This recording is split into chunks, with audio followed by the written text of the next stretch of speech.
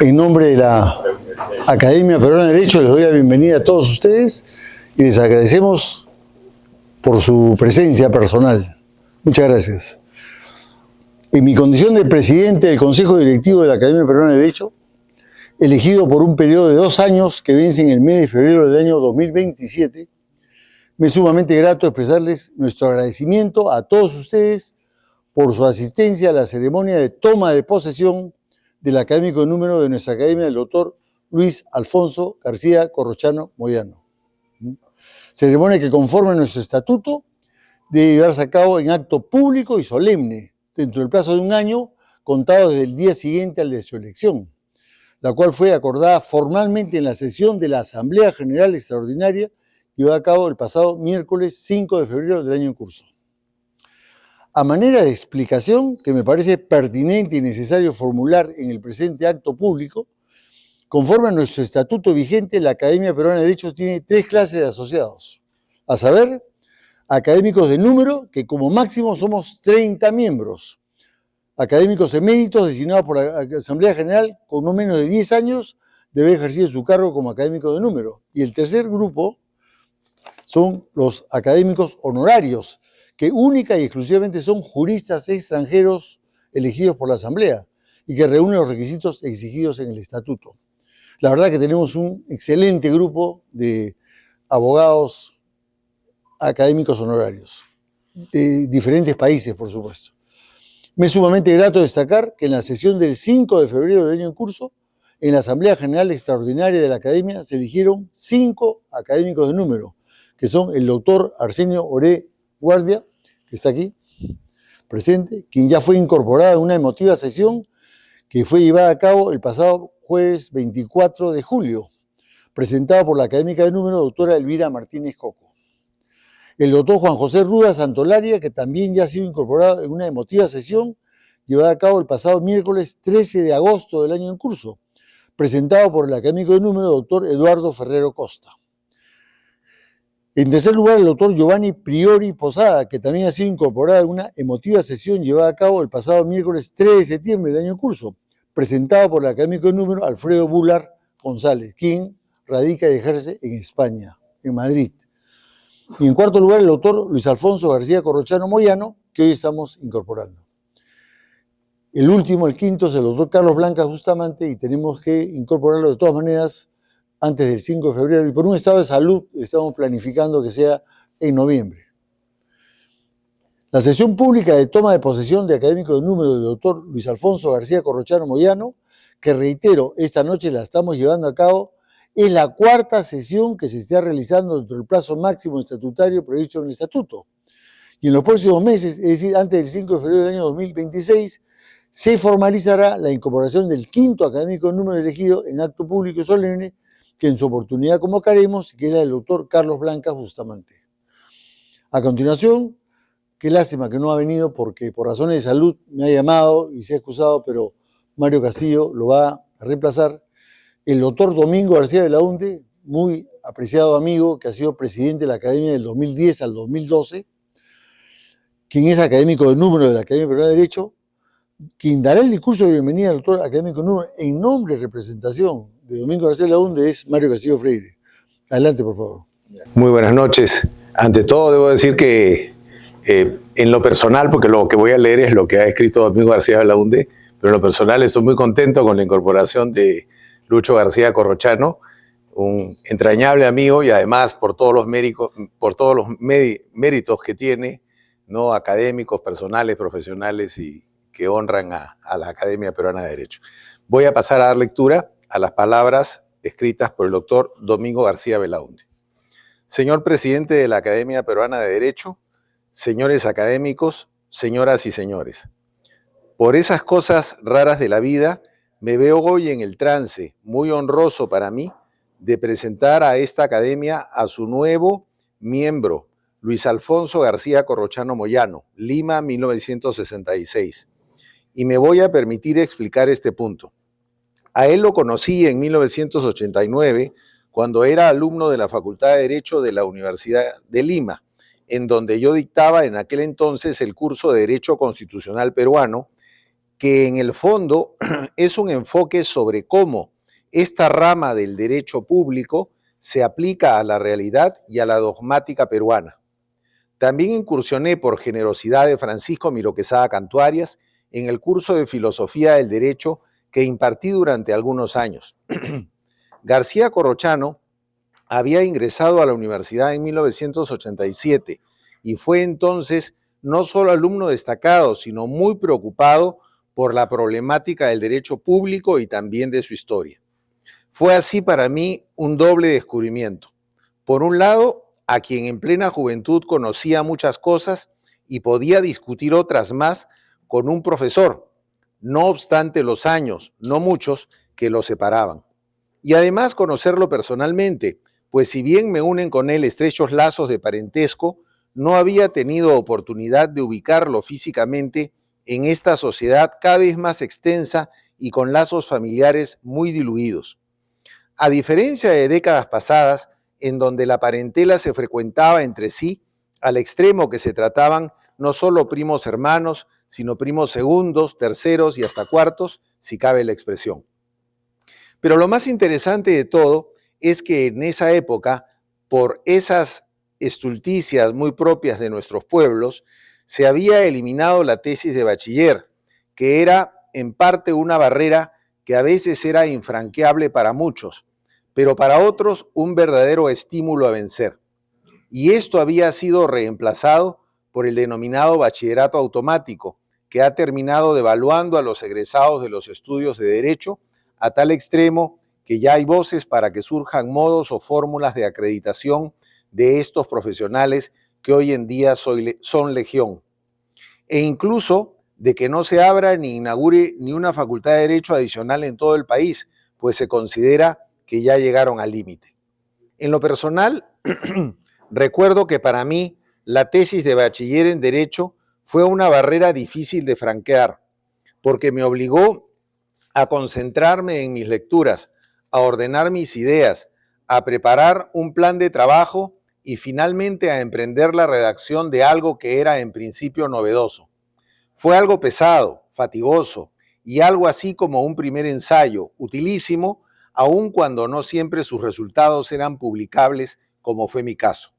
Pero el paso de hacer una tesis, ya no para el bachillerato que había sido eliminado, sino para la licenciatura, o sea, para el título de abogado, me parece que es algo que debe tomar en serio todo el que curse estudios superiores. Así lo entendió Luis García Corrochano, y fue por eso que emprendió la redacción de su tesis de licenciatura, que finalmente sustentó con gran éxito en 1994. Ella trata sobre el pensamiento político de José de la Riva Agüero y Osma, en especial sobre su concepción del Estado, faceta poco conocida y sobre todo muy vilipendiada por los que toman las cosas a la ligera o quieren simplemente descartar a un personaje sobre la base de un epíteto. Rivagüero, como se sabe, tuvo una época al final de su vida de clara y ardorosa adhesión al fascismo, no porque él lo fuera, sino porque el fascismo coincidía con su talante conservador y autoritario que le venía de antes. Aún más, conviene recordar que no era el único en su tiempo que adoptó esa posición, avalada en parte por la latinidad del régimen italiano e indirectamente por la suscripción de los acuerdos lateranenses en 1929. No obstante esto, la aprobación de las leyes raciales en 1938 y la posterior adhesión de Mussolini a la guerra contribuyó a enfriar estos entusiasmos. Y por eso no recuerdo que después de 1940 haya Rivagüero continuado con ese empeño. Murió en 1944 y sin ahondar en sus tesis iniciales, pero tampoco, hasta donde se sabe, que haya abjurado de ellas. Primó, según parece, un discreto desencanto que supo disimular muy bien. La tesis de licenciatura ya mencionada recibió el aplauso y la aprobación del jurado, no solo por el enfoque y el trabajo realizado, sino por la publicación de ciertas piezas documentales de indudable interés que me llevaron a la convicción de que su publicación era necesaria, con los inevitables ajustes que el tiempo impone, y que queda como tarea pendiente para nuestro recipendiario. En dichos apéndices se encuentra incluso un documento político de Ribagüero que ha sido publicado en forma incompleta en las denominadas obras completas del eminente polígrafo y que después de largos años han sido por fin concluidas. Con posterioridad, Luis García Corrochano me ayudó en el dictado de clases durante 4 años, 1992, 1993, 1994 y 1997, encargándose del desarrollo de algunos aspectos del curso vinculados a la dogmática y sobre todo a la parte histórica, es decir, a nuestra historia constitucional que tan mal se conoce y que tampoco se trabaja. García Corrochano ya estaba decidido por entonces a dedicarse al área internacional, como efectivamente lo ha hecho, pero consideró necesario conocer lo que podríamos llamar el derecho público interno, para luego tratar con profundidad el derecho público externo. Y fue así como partió al extranjero, residiendo principalmente en Suiza, para dedicarse durante 3 años no solo al conocimiento de la lengua francesa, sino a diferentes aspectos del derecho internacional en un país tradicionalmente neutral, pero cercano y sensible a todo lo internacional. Es así quizá el primero de nuestros internacionalistas que completa su formación en el exterior, a diferencia de nuestras grandes figuras del pasado, que han tenido una formación local propia de la época y de sus limitaciones, y que solo en su edad madura han tenido oportunidad de un perfeccionamiento en el extranjero, pero sobre la base de una formación previa en su propio país. Esto evidentemente no es malo, como las experiencias pasadas lo pueden acreditar, pero un contacto con el exterior siempre es positivo y es bueno hacerlo más temprano que tarde, más aún con las facilidades que existen en nuestros días. De lo contrario, podemos caer en el provincianismo, en el sentido que lo señalaba Ortega, un espíritu de campanario, es decir, mover su vida al compás de los tañidos de la campana de la iglesia cercana, que siendo bueno y quizá necesario, no es suficiente. Provincianismo no geográfico, que es un hecho inevitable y del cual es imposible a veces salvarse, sino provincianismo cultural, que es realmente lo que preocupa. Provincianos geográficos fueron, por ejemplo, Honorio Delgado, nacido en Arequipa y que no le impidió ser el introductor, del psicoanálisis en América Latina. Y provinciano también fue Mariano H. Cornejo, autor de un tratado de sociología, más tarde traducido al francés, que fue lectura obligatoria en nuestros predios latinoamericanos durante más de 3 décadas. Y así otros casos más que podrían mencionarse. Fruto de esa dedicación al derecho internacional son sus numerosas conferencias en diversos centros culturales, no solo del Perú, sino del extranjero, su asistencia a eventos de la especialidad, su pertenencia al muy prestigioso Instituto Hispano-Luso-Americano de Derecho Internacional como miembro del número y presidente, el cual fue fundado en la década de los 50 del siglo pasado, las traducciones que ha emprendido o que ha ayudado a hacer, como es el caso del prestigiado libro sobre los tratados de Paul Reuter, sino sus numerosos ensayos que tratan temas tales como las nuevas tendencias del derecho internacional penal, nacionalidad e inmigración, los tratados de libre comercio, la sucesión de estados en materia de tratados, los aspectos internacionales de la guerra naval, solución pacífica de controversias y asuntos limítrofes, entre otros aspectos. Cabe mencionar también que junto con su coautor Fabián Novak son los primeros docentes latinoamericanos en ser incorporados como miembros de número de la prestigiosa Asociación Española de Profesores de Derecho Internacional y Relaciones Internacionales, AEPDIRI. Y por cierto, su intensa dedicación a la enseñanza.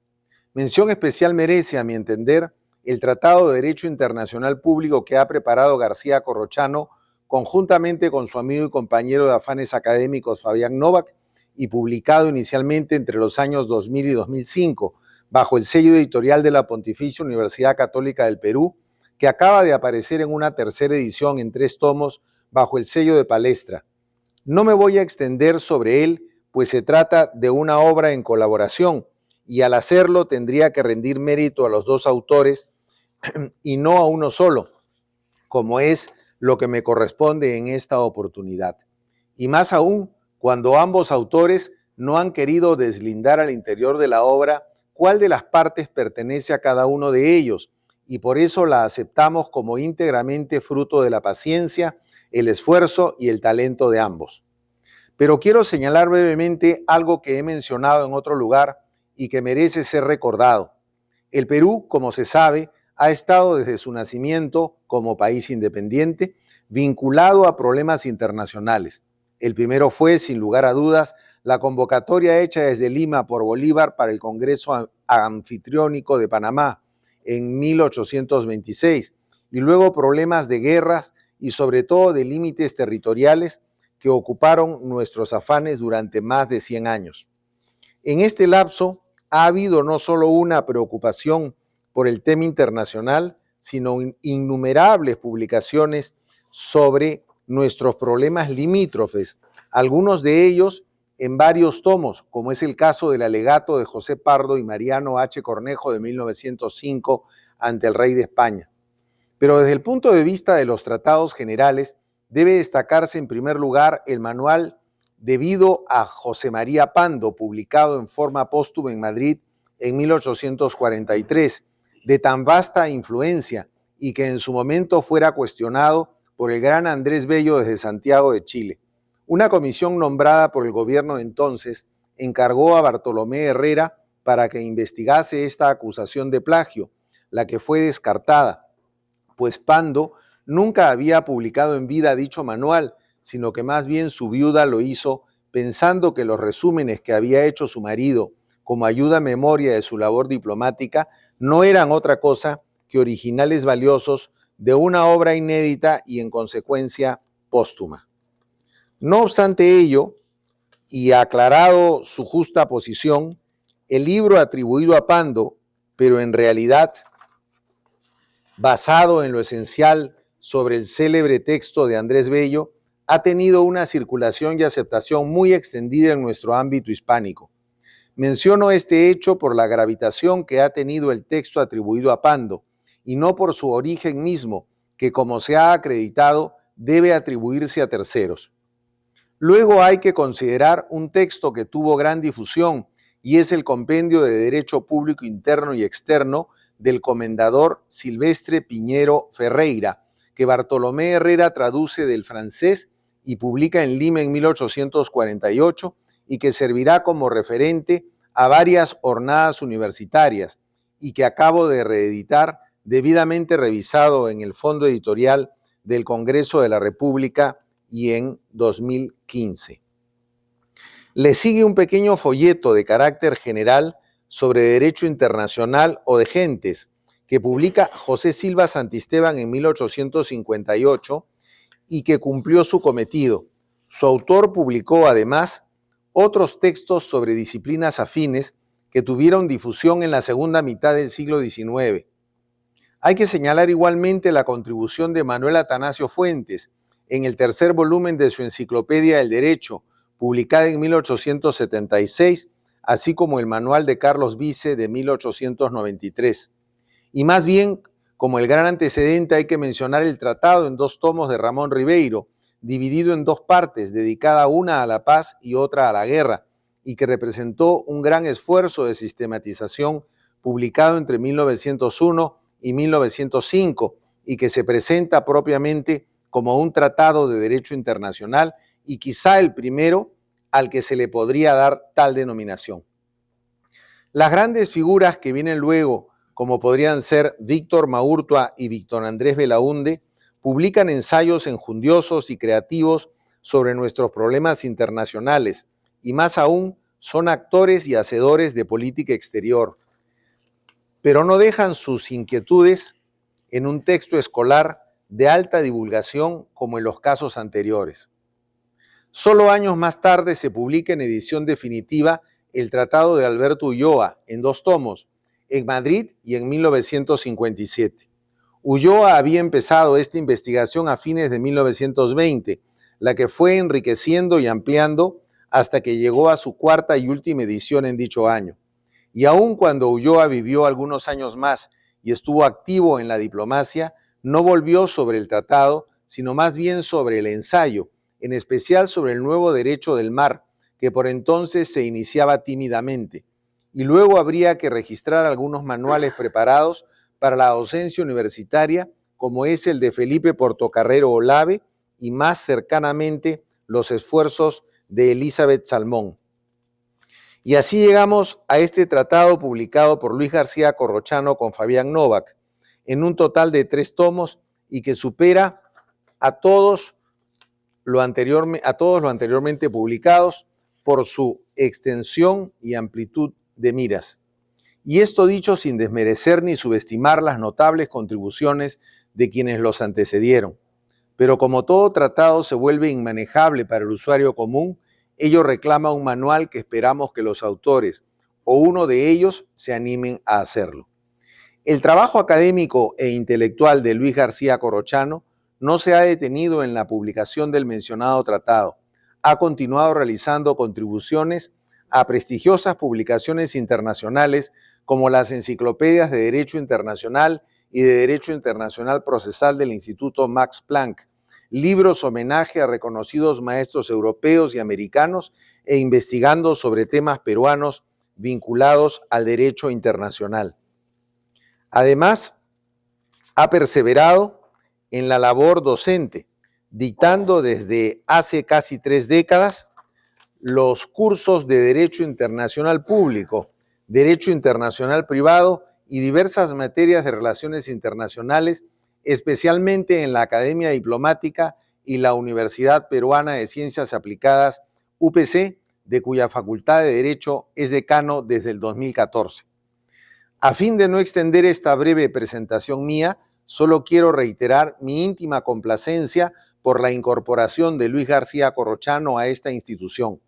Esto es, de poderlo contar entre los nuestros, porque estoy seguro que dará lustre no solo a nuestra academia, sino a la comunidad jurídica peruana. Muchas gracias. Señor presidente de la Academia Peruana de Derecho, señores académicos de número, señoras y señores. Mis primeras palabras son de agradecimiento a la Academia por la generosidad de incorporarme a esta prestigiosa institución, a mi familia por su permanente apoyo a mi vocación, que me ha permitido dedicar buena parte de mis esfuerzos al estudio, la investigación y la docencia, siguiendo un llamado vocacional que estuvo bien definido desde mi juventud. A todos mis maestros, a los que me enseñaron el amor por las letras, las humanidades y el derecho, y a los que me ayudaron a perder el temor a los números, que tanto nos suelen incordiar a los abogados. Tengo que hacer una especial mención de aquellos maestros que me orientaron en el derecho internacional público. 2 personas que renovaron los estudios del derecho internacional público en el Perú desde las aulas de la Universidad Católica primero e irradiaron luego a todas las universidades del IME del Perú. Me refiero a la doctora Beatriz Ramazzotti y al doctor Francisco Tudela. Tengo que agradecer también las palabras generosas que ha enviado Domingo García Belaunde para mi incorporación y que han sido leídas por mi entrañable amigo, el doctor Mario Castillo Freire. He elegido para este discurso de incorporación un tema que llevo investigando hace un buen tiempo: las relaciones entre el derecho interno y el derecho internacional a través de una de sus principales fuentes, los tratados. Y el título de la ponencia es Los tratados internacionales en el derecho peruano, necesidad de una ley que regule su relación. Las relaciones entre el derecho internacional y el derecho interno no por antiguas están exentas de ciertas tensiones. La postura del Estado frente al derecho internacional, especialmente en lo relativo a la recepción y aplicación de las normas internacionales, no queda definitivamente adoptada por el mero hecho de su adhesión a uno de los 2 grandes modelos, pues encontramos muchas veces normas internas que resultan contradictorias unas con otras, al punto que la percepción de nuestro sistema jurídico es muy distinta en el extranjero respecto de la que nosotros mismos tenemos acerca de él. Tenemos asumido que el Perú ha adoptado una posición denominada monista, esto es, que el derecho interno y el derecho internacional forman una unidad. Ello a tenor de lo dispuesto por el artículo 55 de la Constitución vigente, que dispone: los tratados celebrados por el Estado y en vigor forman parte del derecho nacional. No obstante, como iremos viendo, Otras disposiciones constitucionales no concuerdan con dicha postura, debido a que establecen reglas que hacen pensar en una visión denominada dualista o pluralista, que separa el derecho internacional del derecho interno, permitiendo que normas o actos del segundo tengan un efecto sobre el primero. A las pocas disposiciones constitucionales sobre la materia, contenidas las principales en el capítulo segundo del título segundo de la Constitución y algunas otras diseminadas en el texto constitucional, se añade tan solo una ley, que esencialmente se refiere a la publicidad de los tratados,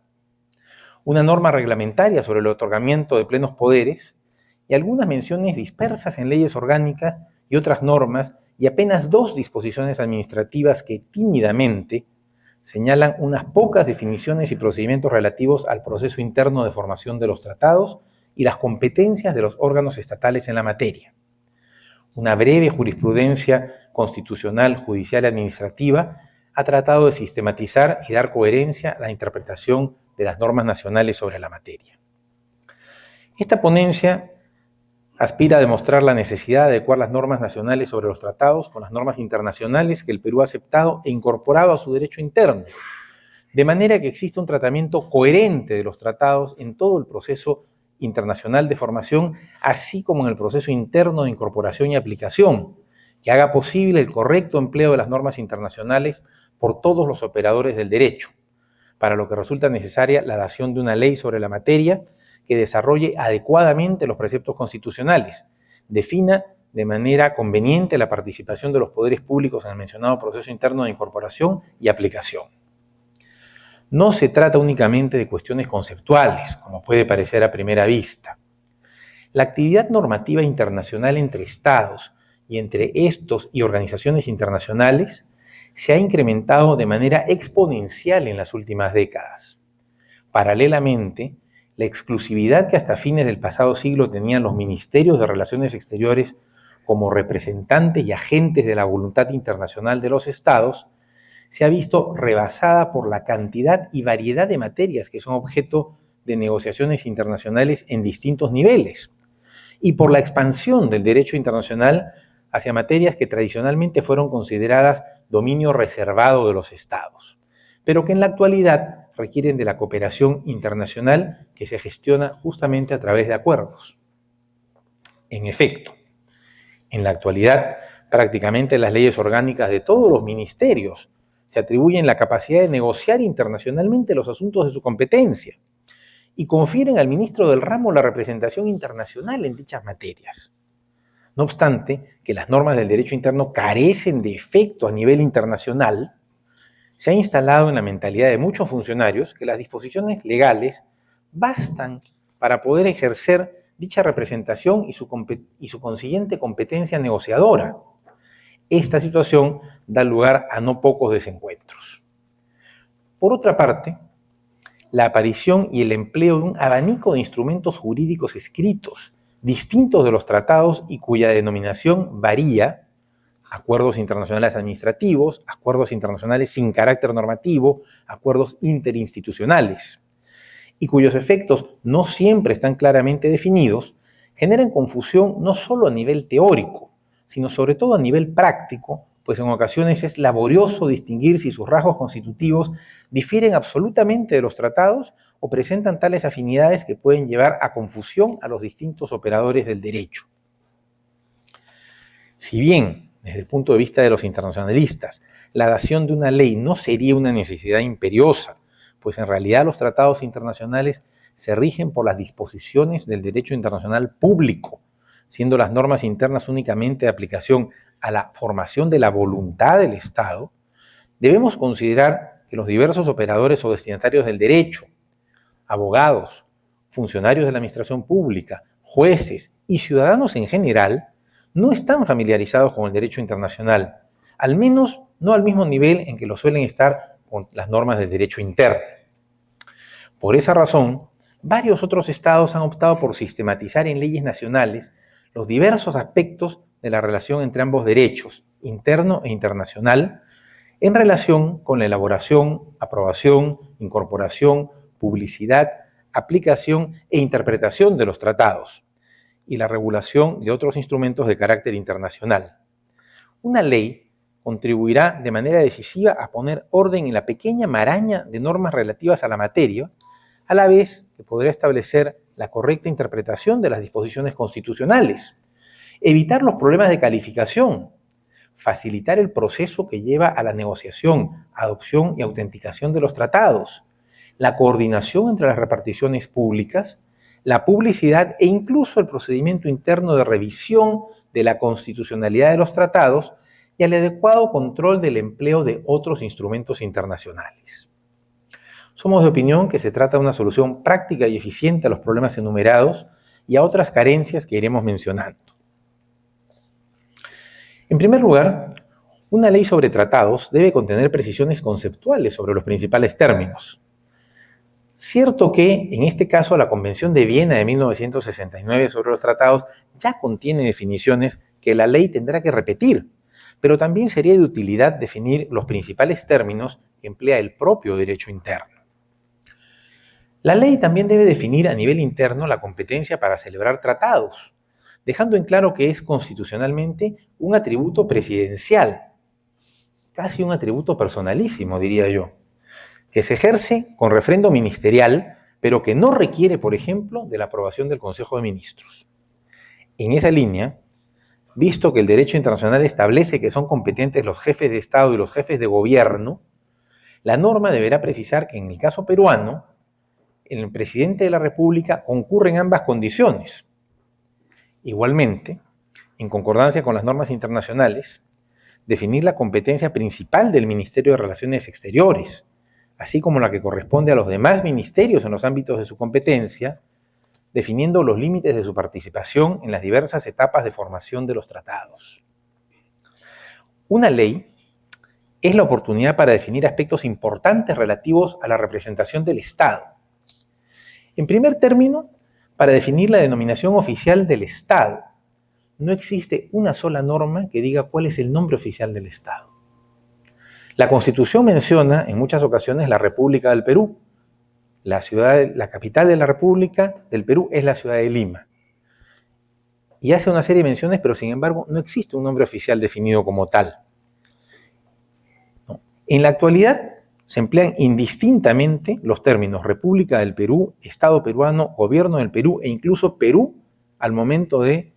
establecer la nomenclatura de los tratados internacionales.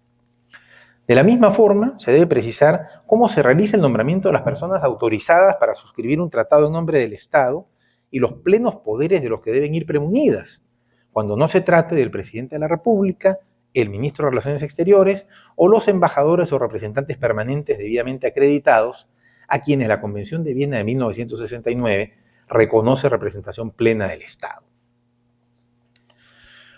Por su carácter de norma general, una norma podrá regular de la mejor manera la participación de las entidades públicas en la negociación, adopción y autenticación de los tratados, enfatizando el papel rector o asesor, según corresponda, del Ministerio de Relaciones Exteriores. En esa misma línea, se deberá precisar en qué caso se dará autorización para la firma y los efectos de la misma, cuándo se autorizará la entrada en vigor provisional de un tratado, bajo qué supuestos o condiciones, así como lo necesario para expresar el consentimiento definitivo del Estado en obligarse por medio de un tratado. Aunque la distinción entre los tratados de carácter ejecutivo o simplificado y aquellos de carácter solemne o que requieren aprobación legislativa previa a su ratificación parecería bien definido en las disposiciones constitucionales de los artículos 56 y 57, siendo en cualquier caso solo un tema de calificación que corresponde a la Dirección de Tratados del Ministerio de Relaciones Exteriores, lo cierto es que las disposiciones constitucionales, por su generalidad, están muy lejos de resolver la cuestión y urge una norma que defina con mayor rigor en qué caso nos encontramos, por ejemplo, frente a un compromiso internacional relativo a la seguridad nacional, la integridad territorial, las obligaciones económicas o financieras del Estado, o incluso en qué caso se comprometen normas de derechos humanos. De la misma manera, qué situaciones pueden tener incidencia en la creación, modificación o supresión de tributos. ¿Cuándo será necesaria la dación, modificación o derogación de leyes por efecto de la aprobación de un tratado? Y el tema, no por poco frecuente, menos importante, de qué casos pueden afectar la Constitución por el fondo o por la forma, y por lo tanto requerir un procedimiento de aprobación similar al de la reforma constitucional. Cabe resaltar que muchos de estos aspectos se encuentran contenidos en un proyecto de ley de desarrollo constitucional sobre el perfeccionamiento interno de los tratados, el proyecto número 2571/2017, Congreso de la República, presentado en marzo del 2018 y que hasta hoy no ha podido convertirse en ley. Muchos de los temas que trata este proyecto deberían ser parte de una ley general sobre tratados. De la misma manera, aunque existen algunas disposiciones relativas a la aprobación legislativa de los tratados en el reglamento del Congreso, somos de la opinión que una ley específica puede tratar de manera más articulada el procedimiento de aprobación legislativa y corregir algunos excesos de la norma congresal, como la sanción de suspensión de aplicación del tratado, que genera un conflicto entre una disposición de derecho interno que busca dar cumplimiento a un precepto legal y una disposición de carácter internacional, la entrada en vigor del tratado y, por lo tanto, su obligatorio cumplimiento. Los aspectos relativos a una formalidad de carácter interno, como la publicación de los tratados, y los de carácter internacional, como su registro ante un depositario o ante la Secretaría General de las Naciones Unidas, también deben regularse, especialmente en lo referido no solo a los plazos, sino también a los efectos y consecuencias. Sabido es que toda norma legal, para ser obligatoria, tiene como requisito indispensable la publicidad, y esto en nuestro concepto es correcto en el orden interno. Pero la omisión o demora en la publicación, que es subsanable, no puede afectar la validez del tratado en el ámbito internacional, toda vez que se trata de una obligación asumida frente a terceros estados. Debe establecerse entonces los plazos y efectos de la obligación de publicación y registro de los tratados con un criterio concordante con su naturaleza de normas internacionales. En las relaciones entre poderes legislativo y ejecutivo, los tratados pueden dar lugar a roces o desencuentros. Es cierto que históricamente el Poder Legislativo ha tenido la atribución de aprobar los tratados previamente a su ratificación por el presidente de la República, y que la categoría de tratados ejecutivos es una adquisición relativamente reciente,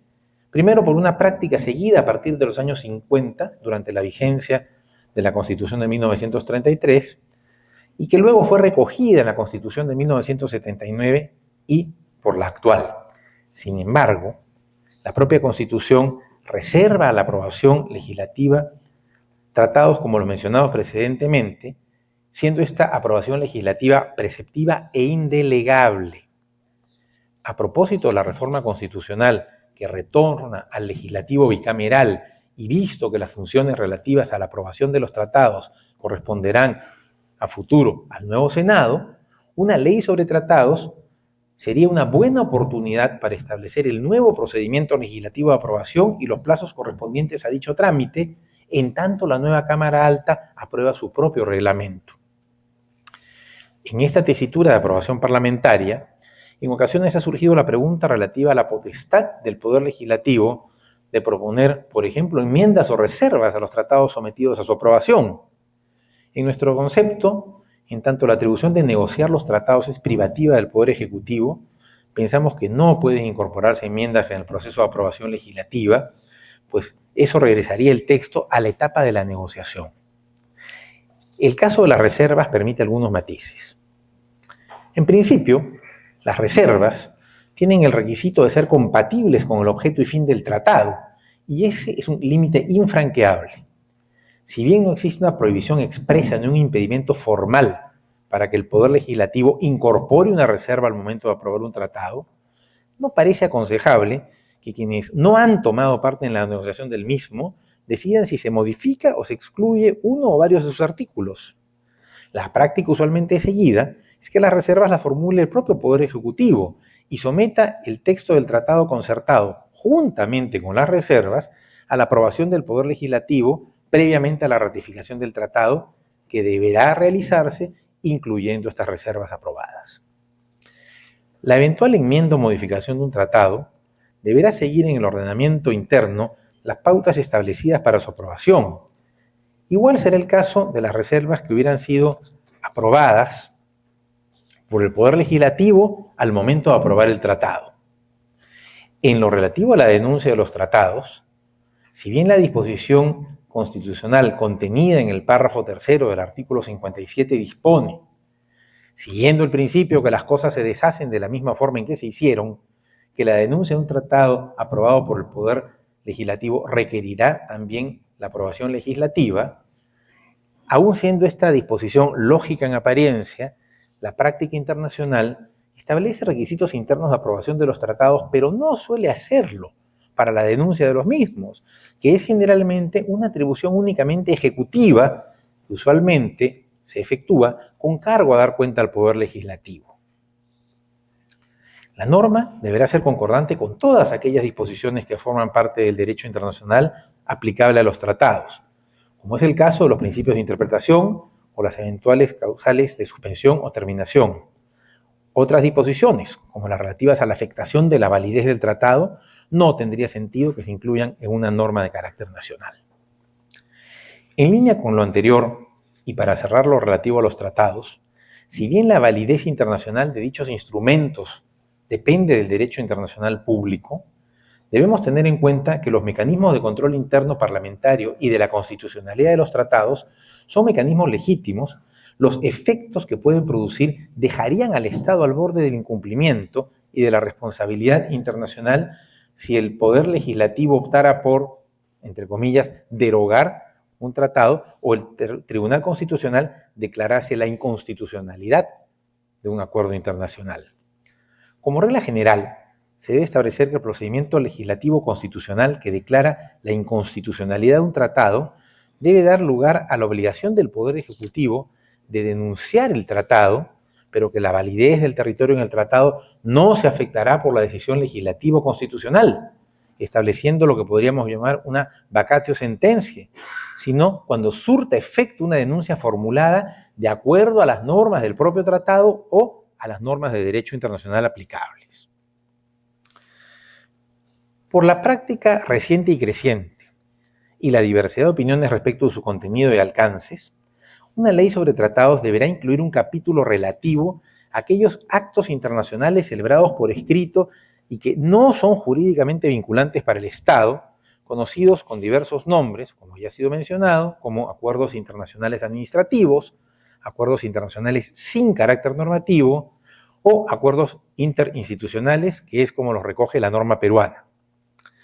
Esta novísima figura presenta no pocos problemas de comprensión y aplicación, y requiere, en nuestra opinión, un tratamiento acorde que establezca claramente su naturaleza y alcances, pues la definición que de ella se hace es en extremo general, ambigua y confusa. Y cito: se entiende por acuerdo interinstitucional un acuerdo celebrado por escrito entre cualquier entidad o entidades de la administración pública y uno o varios órganos gubernamentales extranjeros u organizaciones internacionales, cualquiera sea su denominación, sea que se derive o no de un tratado previamente adoptado, que está regido por el derecho internacional público y o por el ordenamiento interno de las partes. En nuestra opinión se refiere a acuerdos que pueden ser concertados por distintas entidades a nivel nacional, regional o local, que no establecen compromisos internacionales, sino únicamente entre las entidades que los suscriben, cuya finalidad puede ser dar cumplimiento a aspectos específicos de un tratado o establecer medios de colaboración entre entidades suscriptoras, pero que deja entreabierta la posibilidad que algunas entidades pretendan darle un alcance mayor. Queda, sin embargo, la duda sobre quién es el responsable último en caso de incumplimiento o daño, pues se debe ser muy cuidadosos en no permitir que esos acuerdos interinstitucionales puedan considerarse como generadores de la responsabilidad internacional del Estado. No es el caso extenderse sobre esta, quizá podemos llamarle nueva fuente de derecho, pero sí es correcto y oportuno advertir que se debe regular de la manera más prolija y con la máxima precisión. Estimada concurrencia, dejo aquí en líneas generales una propuesta acerca de una cuestión práctica, pero analizada desde el rigor doctrinal de un estudio minucioso de la cuestión. No deseo extenderme más y finalizo reiterando mi agradecimiento a los miembros de esta docta casa por su generosidad al elegirme asociado de número y a todos ustedes por su gentileza y paciencia, por haberme escuchado en esta ocasión para mí tan significativa. Muchas gracias. ¿No quería Mario? Excelente reflexión. Martín, muchas gracias, presidente. Estoy aquí primero. Ujú. Bueno, Aquí nos pide. ¿este es tu nombre?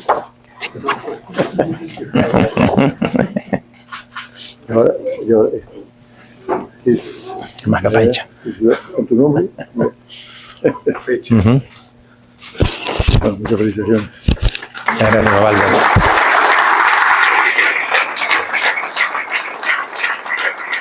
Como un recordatorio,